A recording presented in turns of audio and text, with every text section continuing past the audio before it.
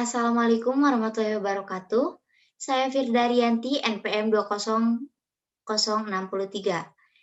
Di sini saya akan mempresentasikan hukum harta perkawinan. Dalam hukum harta perkawinan ini ada 6 poin. Untuk poin yang pertama, fungsi harta perkawinan. Fungsi harta perkawinan ini guna keperluan hidup bersama-sama dibutuhkan suatu kekayaan duniawi yang dapat dipergunakan oleh suami istri untuk membiayai ongkos kehidupan mereka sehari-harinya beserta anak-anaknya. Kekayaan duniawi inilah yang disebut harta perkawinan, benda perkawinan, harta keluarga, ataupun harta benda keluarga. Suami dan istri sebagai satu kesatuan beserta anak-anaknya, ini dalam masyarakat adat dinamakan somah atau serumah. Dalam bahasa Belandanya gezin, dan dalam bahasa Inggrisnya household. Soma sebagai kesatuan keluarga kecil ini bersama-sama somah-somah yang lainnya merupakan keluarga yang besar yaitu kerabat. Dalam bahasa Belandanya family. Harta perkawinan yang merupakan kekayaan duniawi guna memenuhi segala keperluan hidup somah ini wajib dibedakan dari harta kerabat. Memang harus diakui bahwa kadang-kadang batas-batas harta perkawinan atau harta keluarga dengan harta kerabat atau harta famili itu sangat lemah dan tidak mudah dilihat, tetapi juga kadang-kadang sangat jelas dan tegas.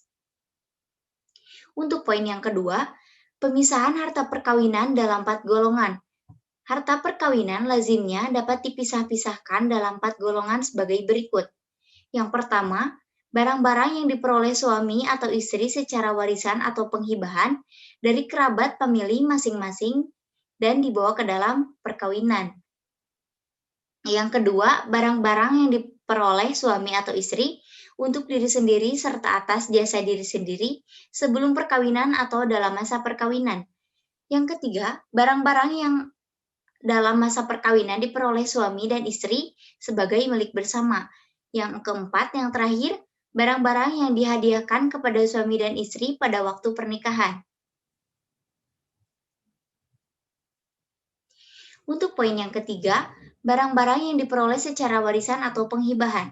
Barang-barang yang diperoleh secara warisan atau penghibahan ini disebut pimbit di daerah Ngaju Dayak, disebut sisila di daerah Makassar, disebut babaktan di daerah Bali, disebut asal asli pusaka di daerah Jawa Jambi Riau, disebut gono gawan di daerah Jawa, disebut barang sasaka, barang banda, dan barang bawa di daerah Jawa Barat.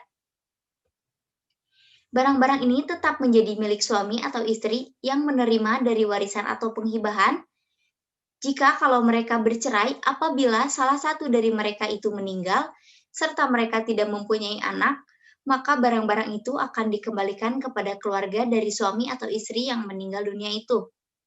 Jadi, tidak diwariskan kepada suami atau istri yang masih hidup. Maksudnya supaya barang-barang itu tidak hilang dan kembali ke asalnya. Di Jawa Barat, apabila suami misalnya melakukan transaksi mengenai barang-barang sasaka atau banda atau asal istrinya, maka perbuatan itu dianggap sebagai tindakan atas nama istrinya. Jadi, barang-barang milik suami dan istri yang diterima sebagai warisan atau hibah tetapi terpisah satu dari yang lain, sampai pada saatnya barang-barang itu secara warisan beralih kepada anak-anak mereka kalau ada. Anak-anak dan seterusnya keturunannya inilah yang melanjutkan hak atas kekayaan dari suatu keluarga. Poin yang keempat, barang-barang yang diperoleh atas jasa sendiri.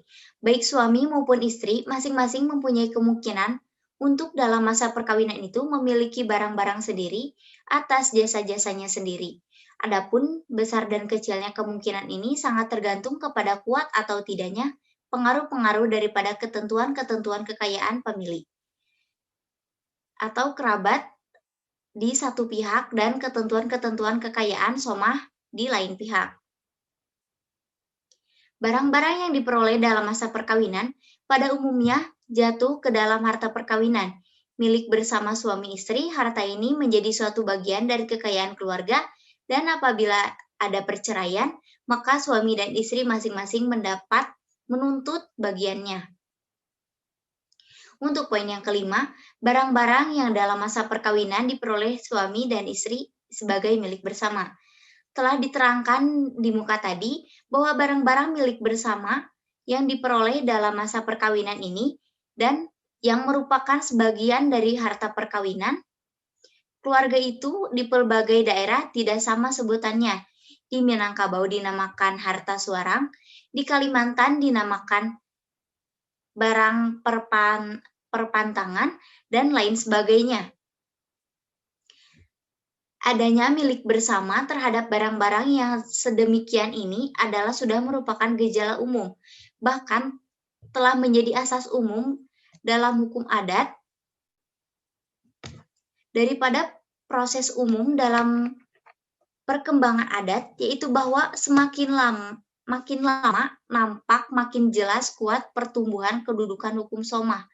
Keluarga terdiri atas suami, istri, dan anaknya di dalam suatu persekutuan hukum.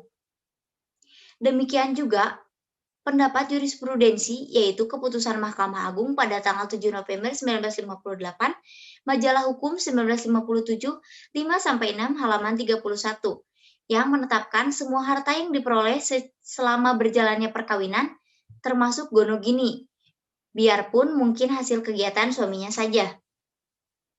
Untuk poin yang keenam, poin yang terakhir, barang-barang hadiah pada waktu pernikahan. Barang-barang yang diterima sebagai hadiah pernikahan atau perkawinan pada waktu pernikahan biasanya diperuntukkan mempelai berdua. Oleh karenanya, maka barang-barang tersebut menjadi harta milik bersama suami istri. Di Pulau Madura, barang-barang demikian ini disebut barang pembawaan. Terhadap barang pembawaan ini di Madura ditetapkan ukuran pembagian yang lain daripada ukuran pembagian bagi barang-barang yang diperoleh dalam masa perkawinan, yang di daerah ini disebut gunagana. Di daerah barang pembawaan itu, suami istri masing-masing mendapat separuh, sedangkan dari barang gunagana, suami mendapat 2/3 dan istri hanya mendapatkan 1/3. Sekian presentasi dari saya. Mohon maaf apabila ada kesalahan. Wassalamualaikum warahmatullahi wabarakatuh.